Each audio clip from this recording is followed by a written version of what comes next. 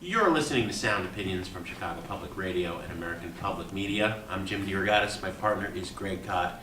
And we are excited indeed to be in the studio with one of our favorite artists of this decade. Absolutely. Wow. Peaches. Welcome to Sound Opinions, Peaches. Thank you. Why don't you talk to me? Why don't you talk to me? I'm standing here alone. I know you never come. Why don't you talk to me? You wrote, produced, and basically played the first two albums on your own. Toured on your own that way. Elastica was just the first of many unique environments that I saw you live in. I think you were opening for people like Manson along the way, and I think Nine Inch Nails was somewhere in there too. I mean, these were not situations that you would normally find one woman with a beatbox on stage trying to entertain 5,000 people. Well, yeah, more like 10,000. Yeah. And when I got to Poland to open for Bjork with my iPod instead of my thing, they wouldn't even let me in. I didn't have any entourage. I just had me and my iPod, and I said, I'm here to open for Bjork. And they said, I don't think so.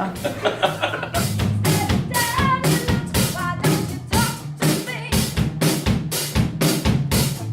How do you must have been scared. No, maybe I was just stupid or very idealistic, but I just thought it was a cool thing to do. And there's so many to make an impact. I just thought that my strongest asset was myself as a performer, and I just thought I could convince people that that was enough. Your head looks me dead in the eye. What made you so bitter inside? Why don't you talk to me?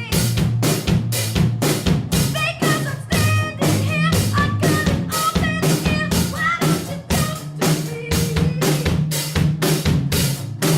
Yeah, well, obviously there's people who loved it, and yet how do you deal with, there was a certain amount of hostility every night too. There was a lot of hostility, Yeah. a lot of spitting, porking loogies at me, and pocking loogies at me, and I like that. I don't like loogies, no, but I like that dichotomy of like people hating you and people loving you, because they're actually there's some kind of response, and to me that's what art and music should evoke. I mean that was why rock and roll was created.